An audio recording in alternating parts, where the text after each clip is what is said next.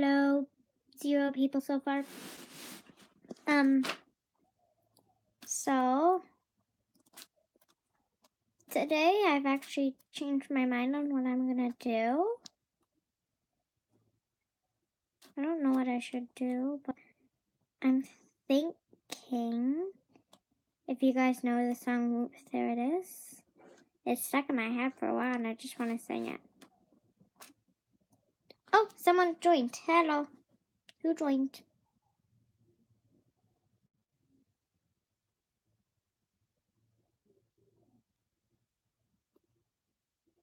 Actually, I'll just read the Unicorn Chronicles. Hi, Deep B. So I'll just maybe read the unicorn. Actually, I lost the page.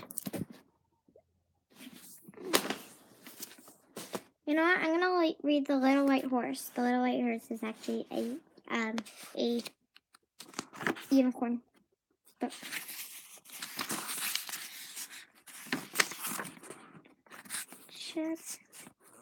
Hi Alexa ASD. I'm gonna read a new book today. It's called The Little White Horse.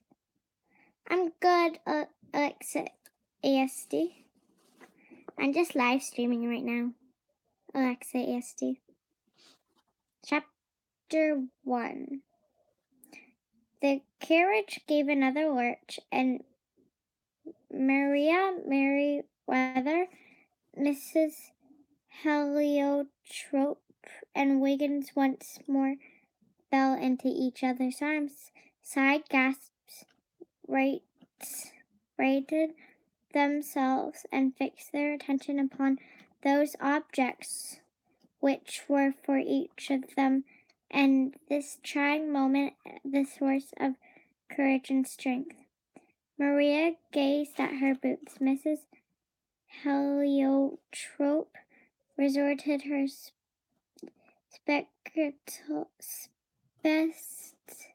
spectacles to their proper position, picked up the worn brown volume of French essays from the floor, popped a peppermint into her mouth, and peered once more in the 1 second. Dim lights and the wiggly, hi Morgan, wiggly black print on the yellow page. Wiggins meanwhile pursed with his tongue the taste of the long since digested dinner that still lingered among his whiskers. Humanity can be roughly divided into 3 sorts of people: those who find comfort in literature, those who find comfort in personal adornment, and those who find comfort in food. And Miss Heliotrope, Maria, and Wiggins were typical representatives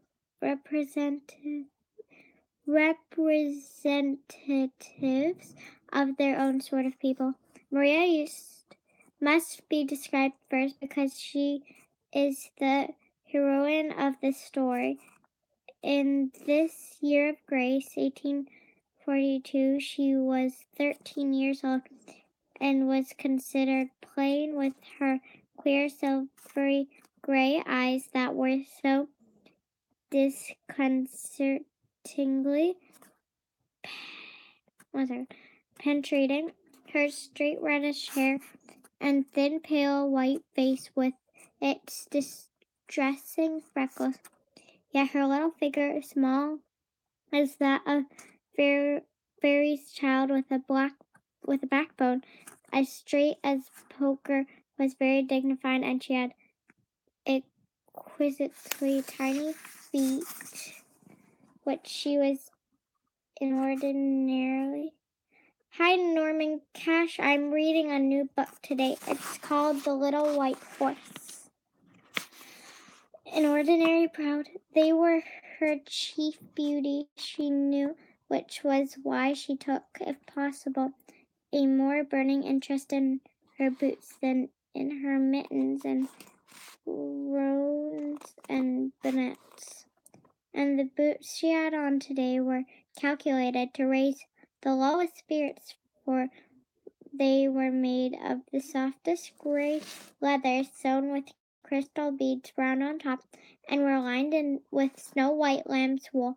The crystal beads, as if it happened, could not be seen, because Maria's gray silk dress and warm gray wool pelisse, also trimmed with white lamb wool, reached to her ankles, but she herself knew they were there, and the thought of them gave her a moral strength that can scarcely be overestimated.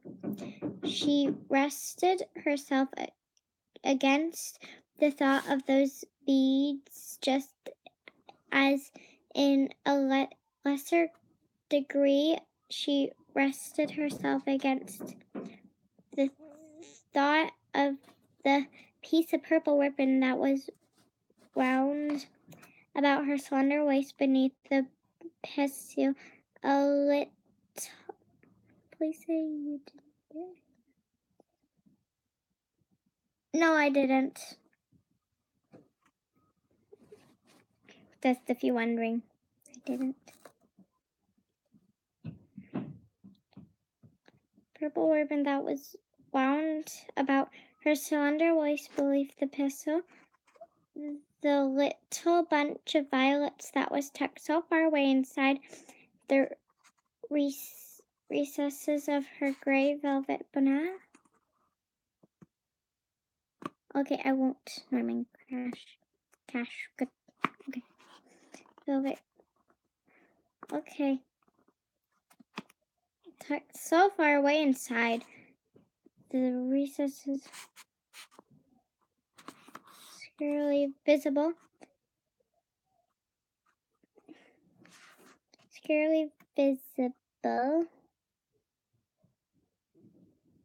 And the gray silk mittens adorning the small hands that were hidden inside the big white muff. For Maria was one of the aristocrats. The perfection of the hidden things was even more important to her than outward show. Not that she did not like the outward show, she did. She was surely a little thing, even when dressed in the grays and purples of the bereaved. For Maria was an orphan. Her mother had died in her babyhood, and her father just 2 months ago, leaving so many debts that everything he possessed, including the beautiful London house with the family over the door and the tall windows looking out over the garden of the quiet London square, where Maria had lived throughout the whole of her short life, had to be sold to pay them. When the lawyers had at last settled everything to their satisfaction, it was found that there was only just enough money left to convey her and Mrs. Eltrope and Wiggins by a coach to the west country part of the world that they had never seen, where they had to live with Maria's second cousin, her nearest living relative, Sir Benjamin Merryweather, whom they had never seen either, in his manor house of Moonacre in the village of Silverydew. I'm going to leave it off there. Hope you liked it. Bye-bye.